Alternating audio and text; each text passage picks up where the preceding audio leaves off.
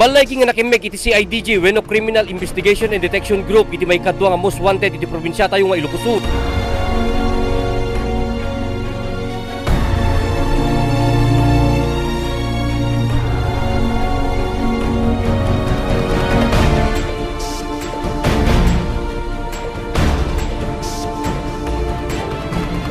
May isang gatgatang iti plastik, landok ken botilya nga agnay iti barangay 4 wenno solid waste syudad Tibigan.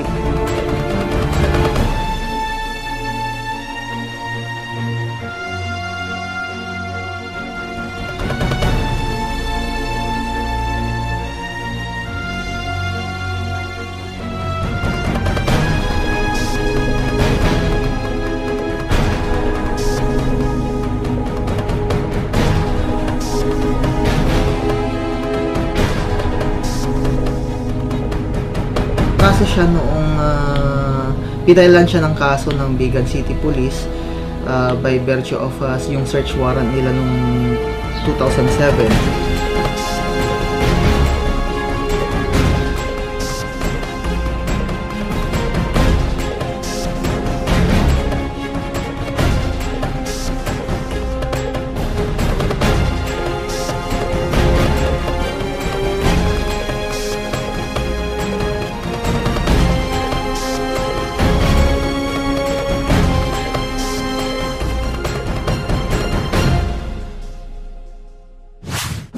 May kadupulok ket 5 iti bulan ti Abril, agarup alas 3 sa Aldaw, nakimeg iti may nga babae dito mismo nga lugar. Babae iti kaming iti CIDG, wenno Criminal Investigation and Detection Group. Kapuanan ta mapapati nga may kadwa nga most wanted iti probinsya tayo nga Ilocos Sur. Iti managan nga Estrella Palakpak Iribad. Wenno mas nalatlatak iti nagan na Akati, 30 ket 3 ti tawen na, nga agnay iti barangay 4 wenno Solid West, Ibigan City. Nga magdama nga gindeg dito Shelterville, barangay San Julian Norte, iti mitlang natakamat a syudad. Napagamuan nga nagkakaso ni Palakpak iti Republic Act 9165 wenno panagikot iti may parit nga agas, babae iti panagsokdimat iti pagtainganda iti tawen 2002. Napagamuan manipod ken ni Palakpak nga nairaman lang iti nagan na iti asawa na, imat atender kan met iti adda iti hearing na iti bulwagan ng katotohanan amasarakan iti Honda probinsya. Ngayon dita nga napagamuan nga saan nga mat atendaren di kiti sumarsarono nga pinagdengegan iti kasunan. Kapuanan takrot iti mapaspasamak kadagiti agarup nga gilaklako iti may parit nga agas nga pampapatay. Akas tapasamak kinti asawa na nga imuna nga napaltugan ti ili abantay. Kadagiti nga gundaway adda ni Palakpak iti Bigan City Jail. Tapno inasangwen iti may papabaso lakaso kontra kenkwana. Daig kan iti gatad nga 120,000 aribo a piso apiyansa ni Palakpak para tinananay nga panakawaya-wayana. Sekon iti kaming iti CIDG naawat na iti warrant of arrest nga adaan ti number a 5210-B. Iti suspect aditan nga implementar damit nga insigida ket idi lang may kadwapolo ket 5 iti bulan ti Abril ket palagi nga nakimeg ni Palakpak babae ni pagpamarang iti maysa nga crime investigator 1 iti CIDG iti katatao ni Florentino Persosa akas maestro ti anak na iti pagkatadalan na idinta na kumpirmar nga isunan iti may tutudo a suspect iti tan nga impakita na iti warrant of arrest nan nga inisyo ni Honorable Judge Nida Alejandro iti Municipal Trial Court Branch 21 ang nagresultahan iti susurot nan iti opisina iti natakamat nga ahensya iti panagipatpatang ken ti suspect ani Palakpak iti puwersa iti police files kita ang napagamuan manipod ken ti suspect nga idi pa lang 2002 iti kaso na at ita nga pinasinggadan na nga nairaman lang itinagan na iti ustalwad nga asawa na.